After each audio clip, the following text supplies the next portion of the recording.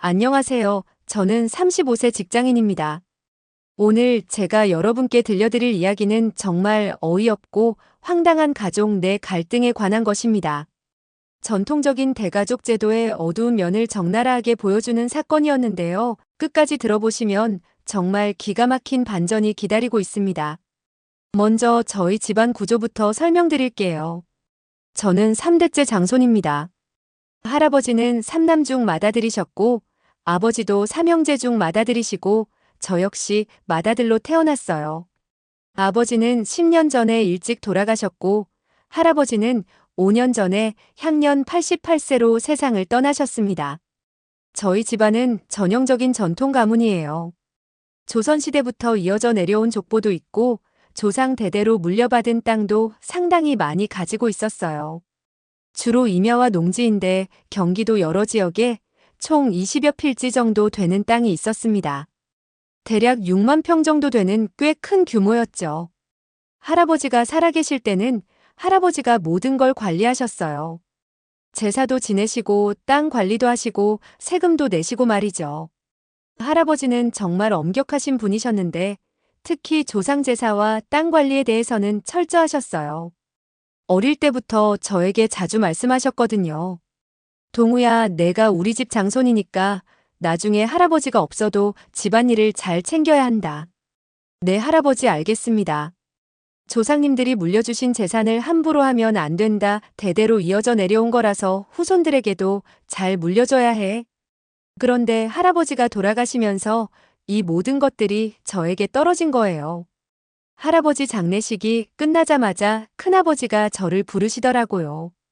동우야, 이제 내가 장손이니까 집안 제사를 책임져야 한다. 큰아버지는 할아버지의 둘째 아들이고 저보다 15살 많으신 분이에요. 집안에서 목소리도 크고 형님들 사이에서 실질적인 어른 역할을 하고 계세요. 큰아버지는 중견기업에서 임원까지 하셨던 분이라 경제적으로도 여유가 있으시고 무엇보다 말씀을 정말 잘하세요. 그래서 집안 어른들 사이에서도 존경받는 분이죠. 네, 큰아버지 알겠습니다. 그리고 조상님들 땅도 내가 관리해야지. 장손이 당연히 해야 할 일이야. 땅 관리까지요? 그럼 당연하지. 조상님들이 물려주신 땅인데. 장손이 관리하는 게 맞는 거 아니야? 할아버지도 평생 그렇게 하셨잖아. 그런데 큰아버지, 땅이 그렇게 많은데 제가 혼자 다 관리할 수 있을까요? 뭔 소리야. 할아버지도 혼자 다 하셨는데 내가 못할 게 뭐 있어. 젊은 사람이. 작은아버지도 거들어주셨어요. 맞아, 동우야. 내가 장손이니까 당연히 해야지. 우리야 뭘 몰라. 작은아버지는 할아버지의 셋째 아들이시고 공무원을 하시다가 정년퇴직하신 분이에요. 성격은 큰아버지보다 온화하시지만 집안일에 대해서는 큰아버지 의견에 항상 동조하시는 편이에요. 처음에는 그러려니 했어요. 제가 장손이니까 당연히 해야 할 일이라고 생각했거든요. 아버지도 살아계셨을 때 저에게 자주 말씀하셨어요. 동우야, 내가 우리 집 장손이니까 나중에 아버지가 없어도 집안을 잘 지켜야 한다. 네, 아버지. 특히 조상 재산은 절대 거르면 안 된다. 우리 조상님들이 지켜보고 계시거든. 그런데 막상 해보니까 정말 만만한 일이 아니더라고요. 우선 제사부터가 큰 부담이었어요. 할아버지 기일, 할머니 기일, 증조할아버지 기일, 증조할머니 기일까지 해서 1년에 제사를 4번이나 지내야 했어요. 한 번 제사 지낼 때마다 비용이 최소 200만 원은 들어가더라고요. 제사상에 올릴 음식만 해도 엄청났어요. 과일, 나물, 전, 탕, 밥 등등 20가지가 넘는 음식을 준비해야 했거든요. 그리고 집안 어른들이 20명 가까이 오시니까 식사 준비도 따로 해야 했고요. 여보, 이번 달에 또 제사야. 벌써 올해 3번째네. 미안해, 어쩔 수 없어. 집안 어른들이 다 오시는데. 그래도 너무 부담스러워. 매번 200만 원씩이면 1년에 800만 원이야. 알아, 나도 힘들어. 그래도 장손이니까 어쩔 수 없지. 우리 애들 학원비도 빠듯한데 이런 식으로 계속 나갈 수 있을까? 조금만 더 견뎌보자. 아이들이 좀 더 크면 나아질 거야. 아내도 처음에는 이해해줬지만 점점 부담스러워 하더라고요. 당연하죠. 저희도 애가 둘이나 있는데 1년에 800만 원씩 제사비로 나가니까 가게에 부담이 될 수밖에 없었어요. 더군다나 저는 중견기업 과장 월급이라 그렇게 여유롭지도 않았거든요. 그런데 제사비만 문제가 아니었어요. 조상 땅 관리가 정말 큰 골칫거리였거든요. 동우야, 올해 종합토지세 고지서 나왔어. 너한테 보낼게. 큰아버지가 매년 세금 고지서를 저한테 보내셨어요. 20여 필지의 땅 세금이 1년에 무려 500만 원 정도 나오더라고요. 임야는 비교적 적게 나왔지만 농지 세금이 생각보다 많이 나왔어요. 큰아버지, 이 세금을 제가 다 내야 하나요? 당연하지, 조상 땅인데 장손이 내는 거 맞아. 그런데 작은아버지나 다른 형님들은 부담 안 하세요? 얘들은 뭘 알겠어. 내가 장손이니까 내가 하는 거야. 할아버지도 그렇게 하셨어. 그래도 금액이 만만치 않은데요. 요즘 젊은 애들은 참 답답해. 조상 땅 세금 내는 게 뭐가 그리 힘들다고 그래. 세금뿐만 아니라 땅 관리도 정말 복잡했어요. 임야는 매년 풀베기를 해야 하고 농지는 임대를 주고 관리를 해야 했어요. 그런데 이 모든 걸 제가 혼자 해야 하는 거예요. 여보, 또 땅 보러 가야 해. 임차인이 연락 왔어. 주말마다 땅 보러 다니네. 언제까지 이런 식으로 살 거야? 나도 힘들어. 그래도 해야 할 일은 해야지. 애들이랑 놀아주는 시간도 없이 맨날 땅 보러만 다니고. 미안해, 조금만 더 참아줘. 토요일이나 일요일만 되면 차 몰고 경기도 이곳저곳 다니면서 땅을 관리해야 했어요. 임차인들과 계약도 갱신해야 하고 임대료도 받아야 하고 정말 손이 많이 가는 일이었어요. 더 문제는 임차인들이 말을 잘 안 들었다는 거예요. 임대료를 늦게 주는 건 기본이고 농지에 함부로 건물을 짓는다든지 하는 일도 있었어요. 사장님, 이번 달 임대료 좀 늦어도 될까요? 농사가 잘 안 돼서. 그래도 너무 자주 늦으시면 곤란한데요. 아, 알겠습니다. 다음 달부터는 꼬박꼬박 드릴게요. 그런데 매번 이런 식이었어요. 임대료 받으러 가는 것도 일이고 받아서 통장에 넣는 것도 일이고 정말 번거로웠어요. 그런데 더 황당한 건 가족들의 태도였어요. 동우, 너 땅 관리 어떻게 하고 있어? 제대로 하고 있는 거지? 네, 큰아버지 열심히 하고 있습니다. 열심히 하는 게 아니라 제대로 해야지. 조상님들 땅인데 함부로 하면 안 돼. 임대료도 제대로 받고 있고 세금도 빠짐없이 내고 있어요. 그래도 너 혼자 판단하지 말고 중요한 일은 미리 얘기해. 어떤 일을요? 임대료 올린다든지 임차인 바꾼다든지 그런 거 말이야. 가족 모임만 있으면 큰아버지가 이런 식으로 저를 다그치셨어요. 제가 모든 비용을 부담하고 모든 일을 처리하고 있는데도 마치 제가 잘못하고 있는 것처럼 말씀하시는 거예요. 작은아버지도 마찬가지였어요. 동우야, 임대료 얼마나 받고 있어? 1년에 한 2천만 원 정도 받고 있어요. 2천만 원밖에 안 돼? 너무 적은 거 아니야? 땅값도 올랐는데. 작은아버지 세금이랑 관리비 빼면 별로 안 남아요. 그래도 너무 적어. 다른 데도 알아보고 해봐. 그런데 임차인들도 농사가 어렵다고 하는데 무작정 올릴 수는 없잖아요. 그런 소리에 넘어가면 안 되지. 장사하는 사람들은 다 그런 소리 해. 그러면서 작은아버지도 임대료 올리라고 자꾸 재촉하셨어요. 정작 본인은 한 푼도 투자하지 않으면서 말이죠. 더 가관인 건 집안 모임 때마다 이런 얘기들이 나온다는 거였어요. 동우가 땅 관리 제대로 하고 있나 모르겠네. 요즘 젊은 애들은 그런 거 잘 모르잖아.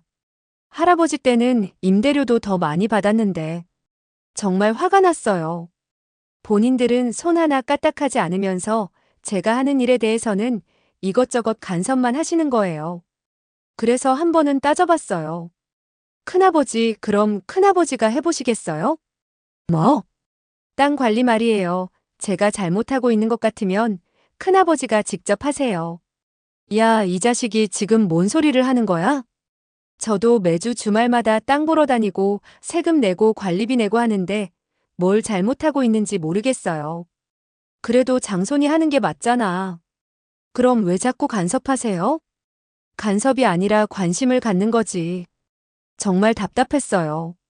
할 거면 하고 말 거면 말든지 중간에서 이것저것 시비만 거는 게 제일 짜증났거든요. 이런 식으로 5년 동안 저 혼자 모든 걸 감당해 왔어요. 제사비 연간 800만 원, 땅 세금 500만 원, 관리비 200만 원 등등 해서 1년에 거의 1,500만 원 가까이 지출했어요. 여기에 시간까지 투자하면서 말이죠. 아내도 점점 힘들어했어요. 여보, 이제 정말 한계야. 1년에 1,500만 원씩 나가는데 우리 살림이 어떻게 돌아가겠어. 그래도 어쩔 수 없잖아. 어쩔 수 없긴 뭐가 어쩔 수 없어. 큰아버지나 작은아버지는 왜 안 도와줘? 집안 어른들이 그러시는데 어떻게 해. 집안 어른은 무슨 그냥 이용만 하는 거잖아. 목소리 좀 낮춰. 애들 들어. 애들이 들으면 어때? 아빠가 매번 당하고 사는 걸 언제까지 볼 거야. 정말 아내 말이 맞았어요. 저도 점점 화가 나기 시작했거든요. 5년 동안 7천만 원이 넘는 돈을 쓰면서 주말마다 땅 관리하러 다니는데 가족들은 고마워하기는커녕 이것저것 트집만 잡고 있으니까요. 그런데 올해 초에 상황이 완전히 바뀌었어요. 저희 조상 땅 중 상당 부분이 있는 지역에 대규모 개발 사업이 확정된 거예요. 여보, 큰일 났어. 우리 땅 근처에 신도시 들어선다는 뉴스 봤어? 정말? 그러면 땅값이 엄청 오르겠네. 이야, 정말 대박이다. 그동안 고생한 보람이 있네. 뉴스를 보니까 저희 땅이 있는 지역 일대가 신도시 개발 예정지구로 지정된 거예요. 그것도 수도권 대규모 신도시 중 하나로요. 부동산 중개사무소에서도 연락이 오기 시작했어요. 사장님, 혹시 리에 땅 가지고 계시죠? 저희가 매입하고 싶은데 한번 상담받으실 수 있을까요? 얼마 정도 생각하고 계신가요? 평당 한 50만 원 정도는 드릴 수 있을 것 같은데요. 50만 원이요? 그럼 총 얼마나 되는 거예요? 대략 계산해 보니까 한 30억 정도 될 것 같네요. 30억이라는 말을 듣고 정말 깜짝 놀랐어요. 그동안 세금 내고 관리하느라 애먹었던 땅이 갑자기 30억짜리가 된 거잖아요. 아내도 믿어지지 않는다는 표정이었어요. 여보, 진짜야? 30억이라고? 그런 것 같아. 여러 업체에서 연락 오는 걸 보니까. 세상에, 그럼 우리가 부자가 되는 거야? 아직 확실하지 않으니까 너무 좋아하지는 말자. 그런데 이 소식이 집안에 알려지면서 상황이 완전히 바뀌었어요. 동우야, 들었어? 우리 땅값이 엄청 올랐다며. 내 큰아버지 부동산에서 연락 왔어요. 그래, 그럼 이제 팔 때가 된 것 같은데 어떻게 생각해? 아직 구체적으로 생각해보지 않았어요. 생각해볼 게 뭐 있어. 팔아야지. 이런 기회가 언제 또 올까? 갑자기 큰아버지가 적극적으로 나서기 시작하셨어요. 그동안 관리는 저 혼자 하라고 하시더니 돈 얘기만 나오니까 갑자기 관심을 보이시는 거예요. 그런데 큰아버지, 그동안은 제가 혼자 관리하라고 하시더니 갑자기 왜 관심을 보이세요? 뭔 소리야, 나는 항상 관심 있었어. 그럼 지금까지 세금이나 관리비는 왜 안 도와주셨어요? 그건 장손이 하는 거니까. 정말 어이가 없었어요. 돈이 안 될 때는 장손이 하는 거라고 하더니 돈이 되니까 갑자기 관심을 보이는 거예요. 작은아버지도 마찬가지였어요. 동우야, 30억이면 정말 큰 돈이네. 우리도 좀 생각해봐야겠다. 무슨 말씀이세요? 그동안 너 혼자 고생했으니까 이제는 우리도 도와줘야지. 도와준다는 게 뭔 말씀이세요? 땅 파는 것도 중요한 일인데 어른들이 나서야지. 그런데 며칠 후에 더 황당한 일이 벌어졌어요. 동우야, 내가 생각해보니까 이 땅 매각은 내가 결정해야 할 것 같아. 네? 무슨 말씀이세요? 나는 종손이야. 조상 재산은 종손이 관리하는 게 맞지. 종손이요? 큰아버지가 종손이세요? 당연하지. 장손하고 종손은 다른 거야. 종손은 집안의 대를 잇는 사람이고 조상 재산 관리 권한도 종손에게 있어. 정말 어이가 없었어요. 그동안 장손이니까 제사 지내고 땅 관리하라고 해놓고는 이제 와서 종손이라니요. 큰아버지, 그럼 지금까지 제가 한 일들은 뭐예요? 그건 장손으로서 해야 할 의무였고 이제부터는 종손인 내가 중요한 결정을 내려야지. 말이 안 되잖아요. 5년 동안 제가 혼자 다 했는데. 너는 아직 어려서 모르는구나, 종법에 대해서. 종법이요? 그럼 종법에 따르면 큰아버지가 종손이에요? 당연하지, 내가 집안에서 제일 어른이고 경험도 많으니까. 작은아버지도 큰아버지 편을 들었어요. 맞아, 동우야, 큰형님이 종손이야. 우리 집안에서 가장 어른이시고. 작은아버지까지 그러세요? 당연하지, 내가 아무리 장손이라고 해도 아직 젊잖아. 작은아버지까지 그러시니까 정말 기가 막혔어요. 그럼 지금까지 제가 낸 돈은 어떻게 하시려고요? 뭔 돈? 제사 비용이랑 세금이랑 관리비요. 5년 동안 7천만 원 넘게 썼어요. 그건 장손으로서 당연히 해야 할 일이었잖아. 당연히 해야 할 일이었으면 왜 이제 와서 종손이라고 하세요? 그건 그거고 이건 이거지. 아무튼 땅 매각은 내가 결정할 거야. 정말 어이가 없었어요. 그래서 법무법인에 상담을 받으러 갔어요. 변호사님, 이런 경우에 누가 땅 매각 권한을 가지나요? 우선 등기부등본부터 확인해 봐야겠네요. 소유자가 누구로 되어 있나요? 할아버지 명의로 되어 있어요. 그럼 상속 등기는 안 하신 건가요? 네, 아직 안 했어요. 그럼 상속인 전원의 합의가 있어야 처분할 수 있어요. 한 사람이 독단으로 결정할 수는 없어요. 그럼 큰아버지가 혼자 결정할 수는 없다는 거죠? 네, 맞습니다. 그리고 혹시 유언장 같은 건 없나요? 잘 모르겠는데요. 한번 찾아보세요. 유언장이 있으면 상황이 달라질 수도 있어요. 변호사 말을 듣고 조금 안심이 됐어요. 큰아버지가 혼자 결정할 수는 없다는 거잖아요. 그런데 집에 돌아와서 할아버지 유품을 정리하다가 깜짝 놀랄 일을 발견했어요. 여보, 이게 뭐야? 할아버지가 쓰신 것 같은데. 어디 보자, 유언장이네. 할아버지 방 서랍 깊숙한 곳에서 유언장이 나온 거예요. 그것도 공증받은 정식 유언장이었어요. 나 김은 정신이 온전한 상태에서 다음과 같이 유언한다. 나의 모든 재산은 장손인 김동우에게 단독 상속한다. 장손이 집안의 제사를 지내고 조상의 재산을 관리하는 것이 우리 가문의 전통이므로 이에 따라 상속한다. 특히 경기도 일대의 조상 땅은 대대로 물려받은 것이므로 함부로 처분하지 말고 후손들에게 잘 물려주기를 바란다. 정말 놀라웠어요. 할아버지가 모든 재산을 저에게 단독 상속한다는 유언장을 남기신 거예요. 그것도 공증까지 받아서 법적 효력이 완전한 상태로요. 여보, 이거 진짜야? 공증 날인도 있는 걸 보니까 진짜인 것 같아. 그럼 큰아버지나 작은아버지는 아무것도 못 받는다는 거야? 유언장에 따르면 그렇게 되어 있네. 그런데 이것만으로는 부족할 것 같아서 더 확실한 근거를 찾아보기로 했어요. 큰아버지가 자꾸 종손 타령을 하니까 정확한 종법 질서를 확인해보고 싶었거든요. 우선 종친회에 찾아갔어요. 안녕하세요. 김가문의 김동우라고 합니다. 아, 그래요. 무슨 일로 오셨나요? 저희 집안 종법 질서에 대해 궁금한 게 있어서요. 어떤 건지요? 제가 장손인데 저희 큰아버지가 본인이 종손이라고 하시거든요. 아, 그런 경우가 종종 있어요. 좀 더 자세히 말씀해 보세요. 제가 상황을 자세히 설명하니까 종친의 어른이 명확하게 설명해 주셨어요. 전통적인 종법에서는 장손이 종손입니다. 맏아들의 맏아들이 대를 잇는 거죠. 그럼 둘째 아들은 종손이 될 수 없나요? 네, 불가능해요. 둘째 아들은 분가를 해서 별도의 문중을 이루는 거고요.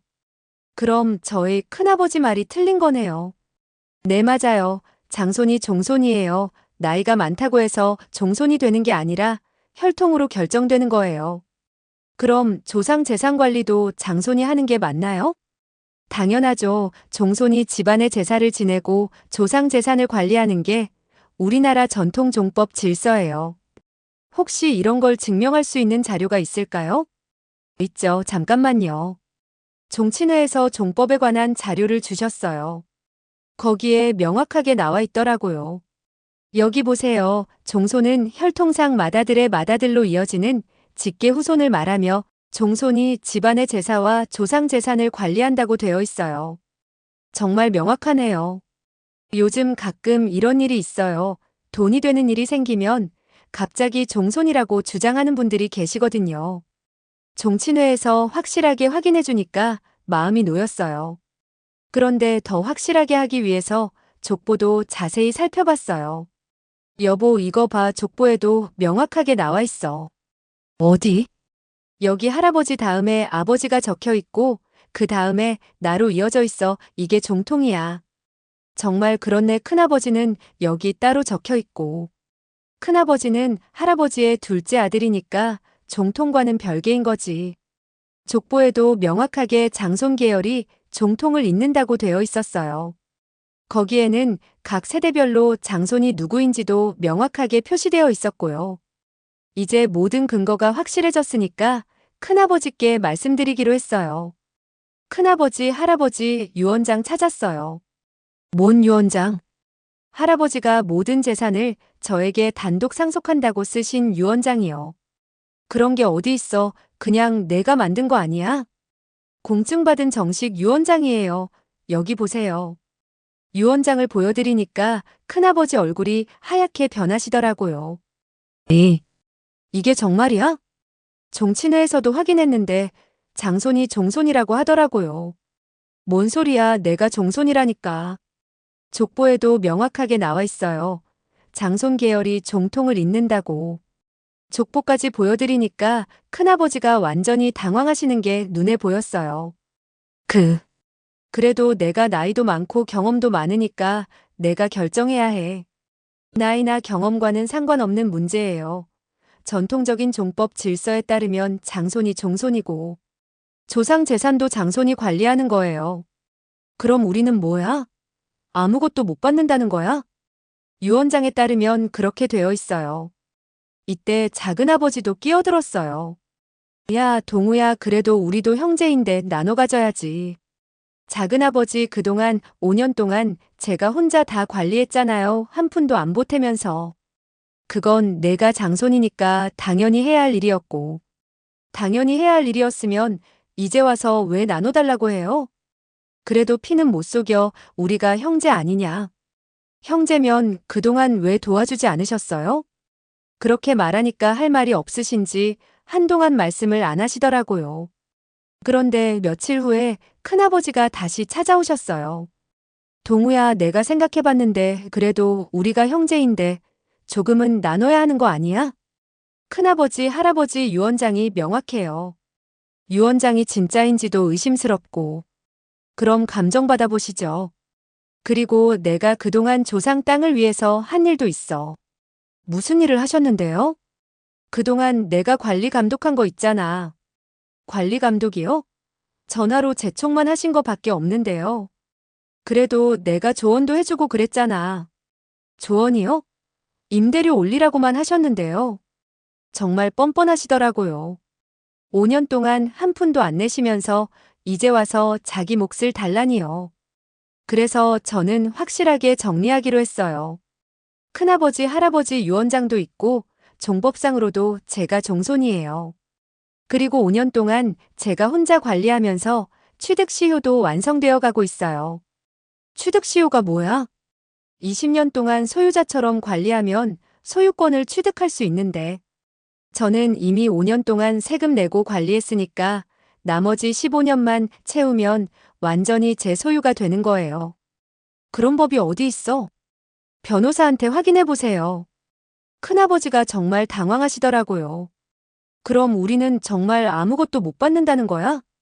아니에요. 제가 땅을 처분하고 나서 돈을 좀 드릴게요. 얼마나? 한 5억 정도씩 드릴게요. 5억씩이면 우리 둘이 10억이고 너는 20억 가져간다는 거야? 네, 제가 5년 동안 투자한 돈이랑 노력을 생각하면 적당한 것 같은데요.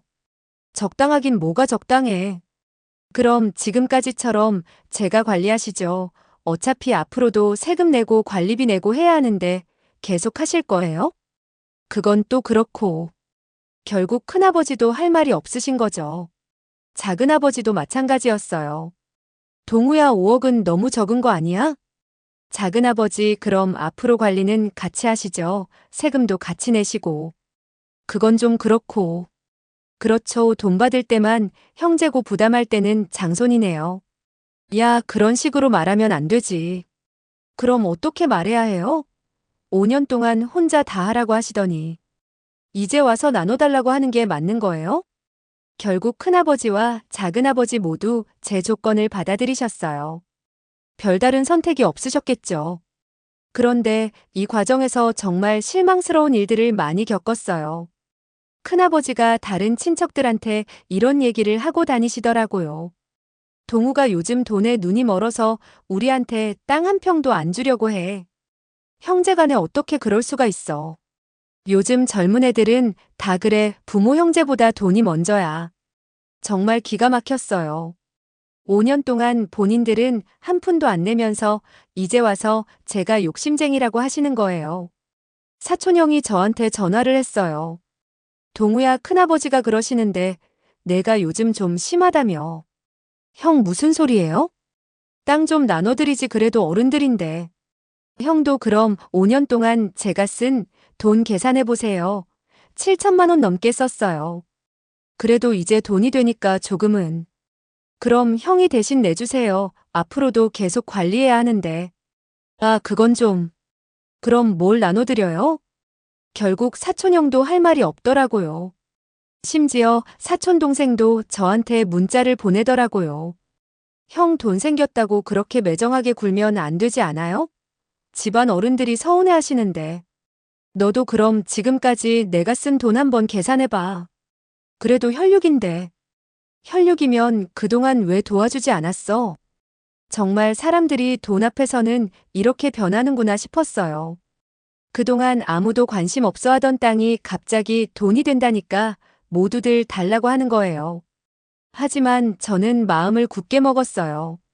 할아버지의 유언도 있고 종법상으로도 제가 종손이고 그동안 제가 혼자 관리한 것도 사실이니까요. 결국 땅을 매각하기로 했어요. 부동산 개발업체와 협상해서 30억에 매각 계약을 체결했어요. 사장님, 정말 매각하시는 거죠? 네, 결정했어요. 현금 30억 한 번에 드릴게요. 언제까지 주실 수 있나요? 계약 체결하고 일주일 안에 드릴게요. 정말 꿈 같은 일이었어요. 그동안 골칫거리였던 땅이 30억이라는 큰 돈이 된 거니까요. 그리고 약속대로 큰아버지와 작은아버지께 각각 5억씩 드렸어요. 큰아버지 말씀하신 대로 5억 드릴게요. 고맙긴 한데 좀 적은 것 같아. 적다고 생각하시면 안 받으셔도 돼요. 아니야, 받을게. 다만 앞으로는 제가 하는 일에 간섭하지 마세요. 간섭이 뭔 간섭이야? 지금까지처럼 뭔가 시비 걸지 마시라는 뜻이에요. 작은아버지도 마찬가지였어요. 동우야, 고맙다. 그런데 진짜 5억밖에 안 되는 거야? 네, 5억이에요. 좀 더 주면 안 되나? 그럼 관리도 같이 하시죠. 아니 됐어. 5억이면 좋아. 대신 앞으로는 작은아버지도 제 일에 간섭하지 마세요. 알겠어. 결국 큰아버지와 작은아버지 모두 5억씩 받고 만족하셨어요. 물론 완전히 만족하신 건 아니겠지만 그래도 받으실 수 있는 상황은 아니었으니까요. 그런데 이 일을 계기로 저는 많은 걸 깨달았어요. 진정한 가족의 의미가 무엇인지 말이죠.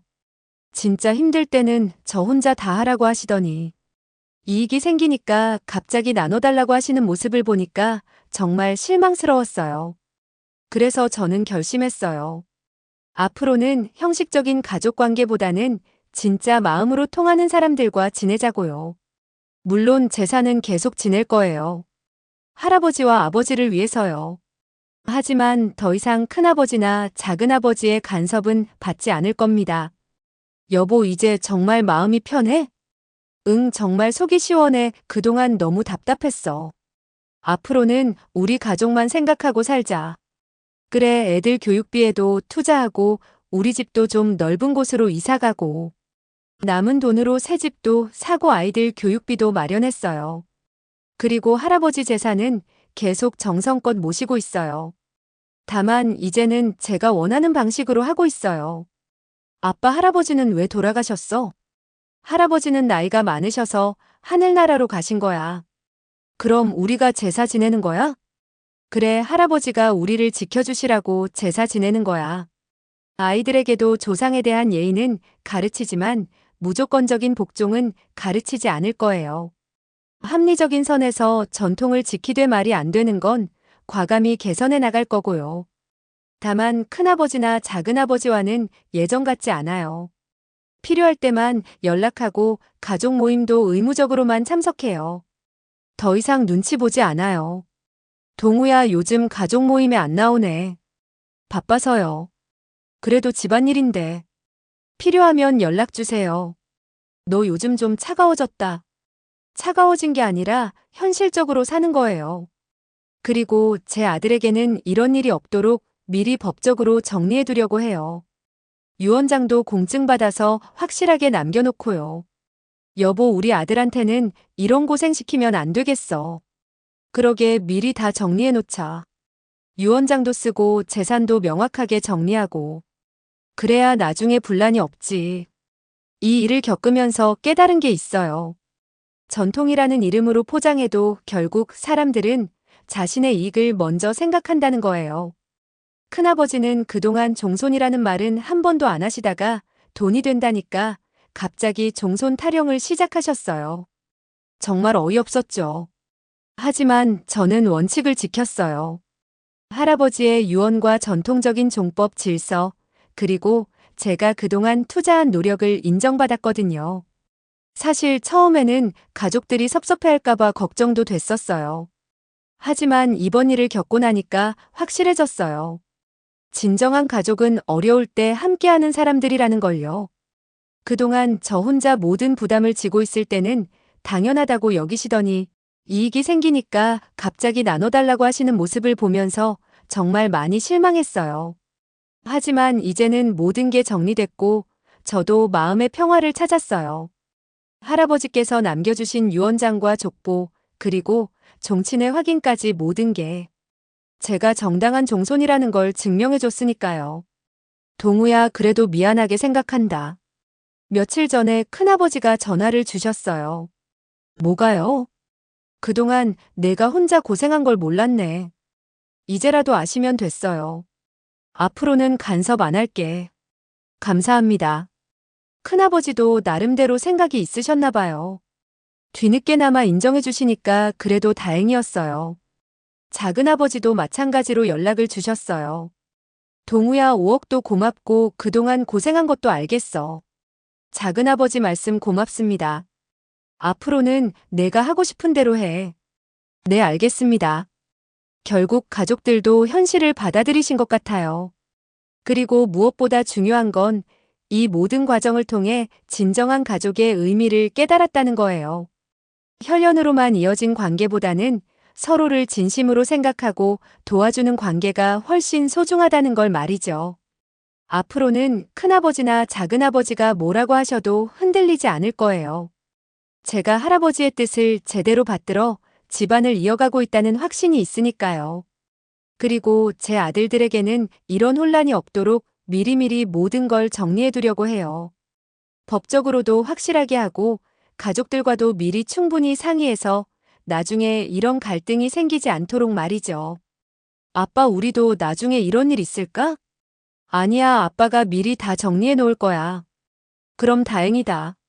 그래, 너희는 이런 고생 안 하도록 할게. 여러분도 만약 집안 문제로 고민이 있으시다면 감정적으로 접근하지 마시고 법적, 전통적 근거를 확실히 찾아보시기 바라요. 그리고 무엇보다 원칙을 지키는 게 중요해요. 돈 앞에서는 누구나 변할 수 있지만 그래도 옳고 그름은 분명히 있는 거니까요. 특히 전통이나 관습을 내세워서 부당한 요구를 하는 사람들이 있다면 정확한 근거를 찾아서 대응하는 게 중요해요. 저처럼 종친회나 법무법인의 상담을 받아보시는 것도 좋은 방법이고요. 그리고 가족이라고 해서 무조건 참고 넘어가는 건 옳지 않다고 생각해요. 서로 존중하고 배려하는 관계여야 진정한 가족인 거니까요. 이번 일을 통해 저는 진짜 많이 성장한 것 같아요. 이제는 누구한테도 휘둘리지 않고 제 소신대로 살아갈 자신이 있어요. 지금까지 들어주셔서 감사합니다. 여러분도 모두 행복하시길 바라요.